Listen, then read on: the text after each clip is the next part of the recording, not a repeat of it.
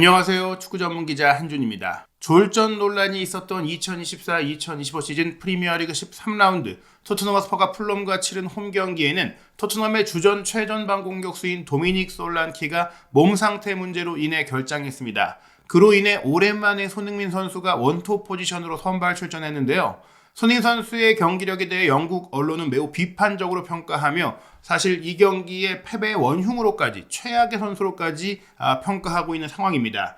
실제로 손흥민 선수가 이날 경기 초반에 두 차례의 결정적인 기회를 놓쳤던 것은 사실입니다. 그러나 손흥민 선수의 능력 자체가 발휘되지 못했던 것은 개인적인 경기력 저하 내지 한계를 보였다고 보기는 어려운 그런 상황이기 때문에 꽤나 과혹한 평가라고 생각이 드는데요.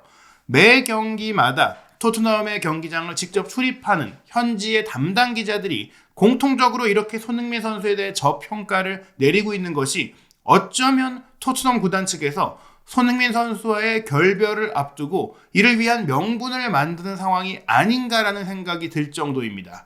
리빙 레전드라고 할 수 있는 손흥민 선수를 매각했을 때 토트넘 팬들의 반발을 최소화하기 위해서 여론을 조성하고 분위기를 만들고 있다는 관점인데요. 이를 뒷받침할 수 있는 또 다른 증거는 바로 풀럼과의 경기에 어시스트를 기록했던 독일 공격수 티모 베르너의 완전 영입 옵션 발동이 추진되고 있는 상황입니다.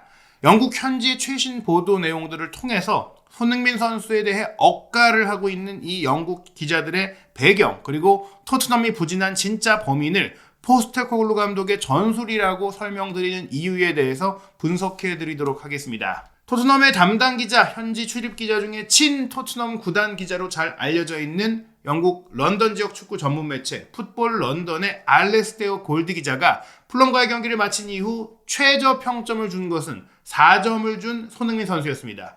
초반에 두 차례의 기회를 잡았지만 모두 레노 골키퍼에게 막혔고 그 이후는 거의 경기에 기여하지 못했다. 경기의 변두리에서 머물렀다. 승기를 잡고 이끌어야 하는 주장인데 매우 조용한 하루를 보냈다고 평가를 했습니다. 그러나 손흥민 선수가 실제로 기대만큼 영향력을 보이지 못한 것은 사실이지만 경기를 면밀히 살펴봤고 경기의 전술적인 과정, 포스테코글루 감독이 실제로 손흥민 선수를 기용하고 활용하는 전술적인 패턴을 돌아본다면 손흥민 선수를 제대로 쓰지 못하고 있는 부분이 그 문제가 더 크다는 것을 알 수 있어야 할 텐데 그런 시각과 분석이 전혀 나오고 있지 않는 것은 분명히 의아한 상황이라고 저는 생각이 됩니다. 알레스테오 골드 기자 같은 경우야 스탠다드의 댄 킬패트릭 기자와 마찬가지로 대표적으로 축구 전술에 대한 이해도가 좀 떨어진다고 생각을 하는 기자들인데요. 그래도 디 애슬레틱의 세계적인 축구 웹진에 깊이 있는 기사를 쓰고 있는 담당 기자들 같은 경우에는 꽤 날카로운 시선으로 정밀한 분석을 내놓던 기자들인데 그들마저도 이번 경기를 마치고 나서는 솔란키가 없는 최전방의 공백이 너무나 컸다라는 그런 현장 리포트를 했어요. 그 기사 내용을 살펴보면요. How did Tottenham cope without 솔란키? 솔란키 없이 토트넘은 어떻게 대처를 했느냐? 솔란키가 몸이 너무 아파서 그게 사타구니 문제일 수도 있고 독감이라는 얘기들도 있습니다. 그렇게 몸이 아파서 경기에 나설 수 없었던 토트넘에게 이런 날은 항상 어려운 날이었는데 토트넘은 손흥민 선수에게 중앙 안쪽 라인을 이끌도록 했습니다. 올 시즌에 손흥민 선수가 9번 스트라이커 위치로 선발 출전한 것은 이번이 두 번째였는데요. 이 경기, 풀럼과의 경기는 대부분 솔란키가 토트넘에서 얼마나 중요한 존재인지를 다시 한번 상기시켜 주었을 뿐이다 라는 표현을 통해서 손흥민 선수가 9번 역할을 제대로 하지 못했다고 직접적으로 비판을 한 것입니다. 압박을 받는 상황에서 공을 잡고 홀딩하고 팀 동료들에게 연계해주는 그런 솔란키의 능력이 토트넘의 플레이 방식에서 필수적인 요소인데 그게 이루어지지 못했다. 손흥민 선수가 가지고 있는 다양한 강점과 장점에도 불구하고 이 역할을 하지 못했다라는 거예요. 그런데 포스테코글루 감독은 지난 시즌에 부임을 했죠. 해리 케인이 떠난 이후 마침내 제대로 된 9번을 올 시즌 솔란키 영입으로 이뤄냈다라는 평가가 나왔는데 포스테코글루 감독이 부임하고 가장 좋은 경기력과 결과를 냈던 시기가 언제입니까? 지난 시즌 초반 10경기예요. 그때 토트넘의 최전방 공격수는 손흥민 선수였고 지난 시즌 내내 토트넘은 제대로 된 전문 타깃형 스트라이커 없이 시즌을 치르면서 토트넘의 포스테코식 축구를 구축을 하고 있었어요. 거기에 꼭 필요한 게 이런 전문 9번이다라는 필요성은 있었다. 손흥민 선수의 9번 역할이 통할 때도 있지만 상대에게 파회법이 나온다거나 상황에 따라서 또 상대의 대응법이 나왔을 때 그걸 제대로 이제 풀어가지 못했던 면들이 있다 보니까 힘 좋고 압박해주고 좀 젊고 정말 더 잘 뛸 수 있는, 어떻게 보면은 본인 역시 지난 시즌에 원톱 역할로 굉장히 많은 압박을 소화하다 보니까 신체적으로 조금 부담을 느꼈던 손흥민 선수가 아니라 또 다른 정말 전문 타겟터가 필요하다는 필요성은 저희 역시 공감하는 부분이지만, 그렇다고 해서 손흥민 선수를 9번으로 기용했을 때 제대로 쓸 수가 없다, 불가능하다, 그런 표현까지 가기에는, 그런 평가까지 내리기에는 가혹하다는 겁니다. 충분히 감독의 전술 전략 그리고 조합을 통해서 손흥민 선수를 9번으로 쓰면서도 경기력을 극대화할 수 있는데, 그러지 못한 문제를 지적하는 게 우선이라는 거예요. 솔랑키가 없을 때 손흥민 선수가 나왔다면 솔랑키에게 손흥민과 똑같은 플레이를 하길 기대하면 안 되는 거죠. 손흥민 선수가 그 자리에 갔을 때 팀이 어떤 플레이를 펼칠지 다른 공격 패턴과 전술을 만들어 놓고 경기를 뛰게 해야 되는데, DSLT에서는 그 문제를 지적하지 않고 단지 그냥 손흥민 선수가 최전방에서 뛰기엔 힘이 부족하다, 신체 조건이 아쉽다, 그냥 이런 얘기만 하고 있는 거예요. 토트넘이 풀럼 진영에서 공을 지키는데 어려움을 겪었고, 손흥민 선수는 태클로 인해 공을 자주 빼앗겼습니다. 이로 인해서 토트넘이 이렇다 할 기회를 만들지 못했고, 토트넘의 최고의 기회는 세트피스나 역습 공격에서 나왔습니다 라고 하는데, 그렇다면 세트피스 공격을 더 날카롭게 준비를 해야 하는 게 당연한 거고, 역습 공격 기회와 속공 기회를 더 많이 만들어서 손흥민 선수가 그런 속공 상태에서 최전방에 위치했을 때 본인의 장점을 발휘하도록 했어야 되는 거죠.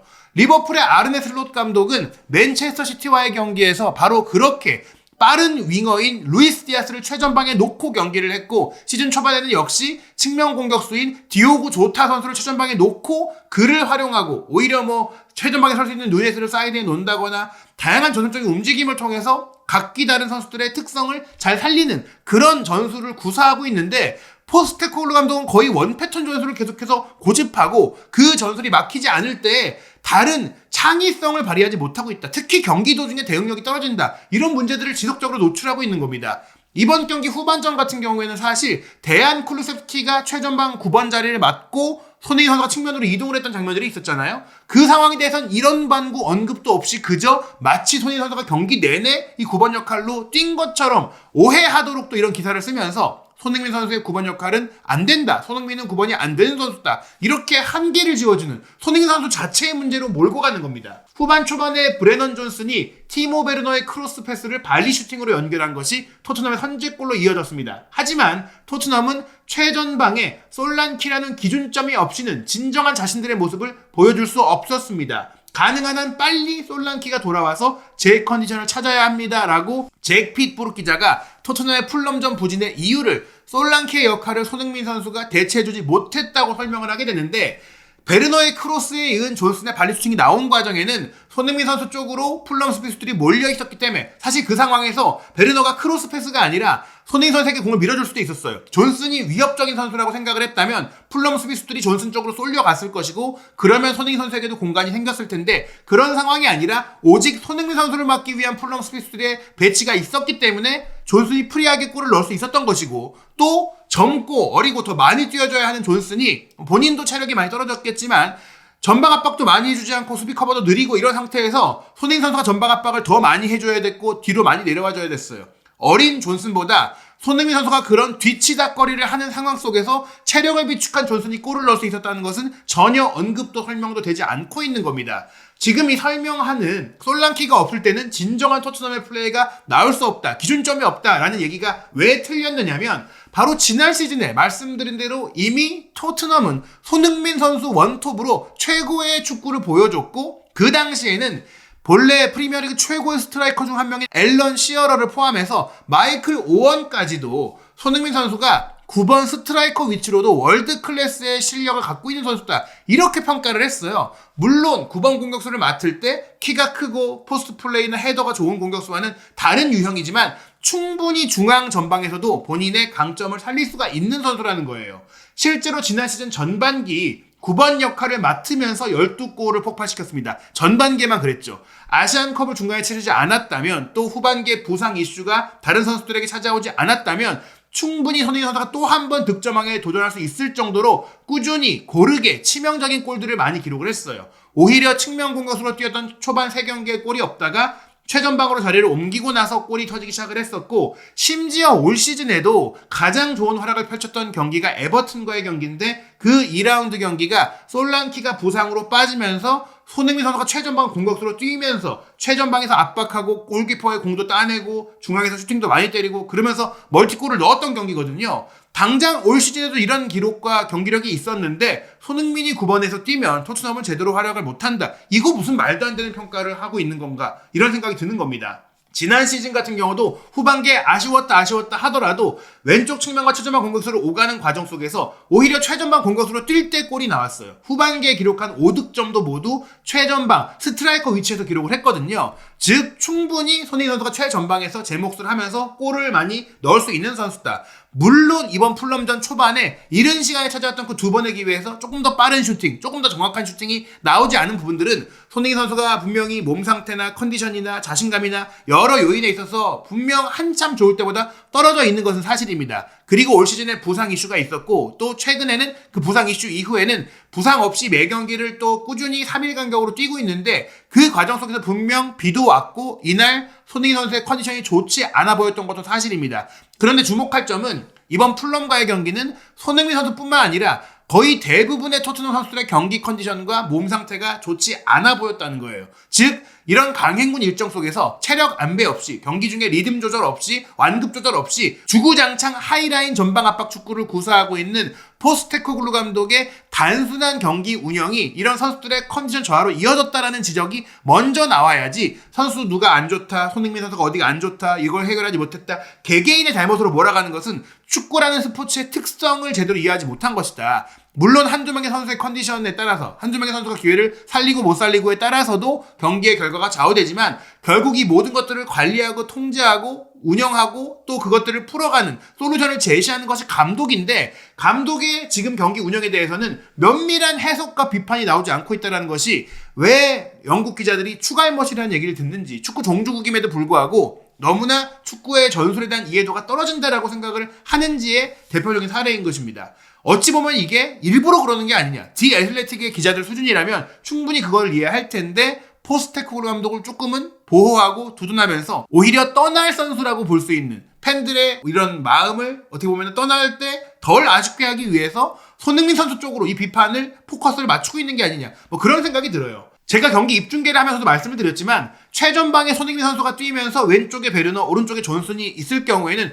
오히려 손흥민 선수의 원톱 가동이 굉장히 효과적으로 이어질 수 있다. 비록 쿨루세스키가 뒤에서 빠지게 된 건 아쉽지만 메디슨이 홀로 뛰고 쿨루세스키가 더블로 뛰지 않게 된 것도 손흥민 선수에게 호재가 될 수 있다고 말씀을 드렸어요. 왜냐하면 베르너, 존슨이 손흥민 선수보다 분명히 지금 손흥민 선수가 이제 전성기보다는 나이가 좀 들었기 때문에 속도가 빠르고 체력도 좋거든요. 그렇다면 손흥민 선수가 앞에서 덜 뛰면서 베르너와 존슨이 서로 번갈아서 앞으로 올라가서 전방 압박을 열심히 해주고 손흥민 선수는 그렇게 빈 왼쪽과 오른쪽의 빈 공간을 자유롭게 오가고 활보하면서 왼발 오른발 이 손흥민 선수 존의 슈팅을 때릴 수가 있게 되고 메디슨도 단 한 명의 10번 공미로 뛰면서 손흥민 선수의 뒤에 배치되어 있을 때 베르너와 존슨이 위치 이동하고 손흥민 선수가 이동을 할 때 본인도 이동을 하면서 자리를 찾아 들어가면서 상대 수비를 교란하고 그러면서 손흥민 선수 쪽으로 키 패스를 집중시킬 수가 있는 거예요.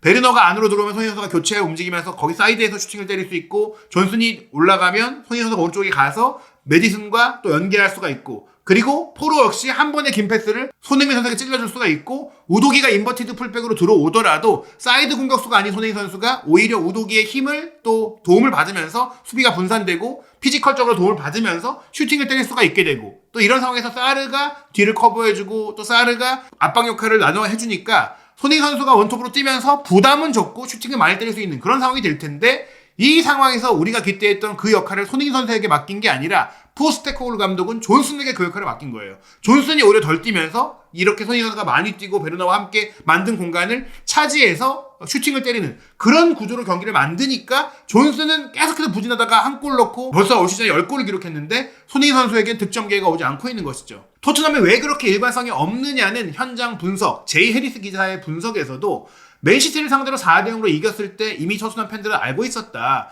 오히려 이런 강팀을 상대로 좋은 모습을 보이고 생각지 못한 팀을 상대로 승점을 잃는 상황들이 나왔다 보니까 풀럼을 이겨야만 정말 토트넘이 상승세를 타는 것이다라고 열광할 수 있다는 걸 알 수 있었다. 올 시즌 토트넘의 맨유, 웨스트햄, 에스턴 빌라 같은 정말 명문팀을 상대로 좋은 경기력으로 완성을 거뒀는데 오히려 입스위치, 크리스탈 팰리스, 이번 풀럼 같은 좀 작은 팀들에게 고전을 했었다.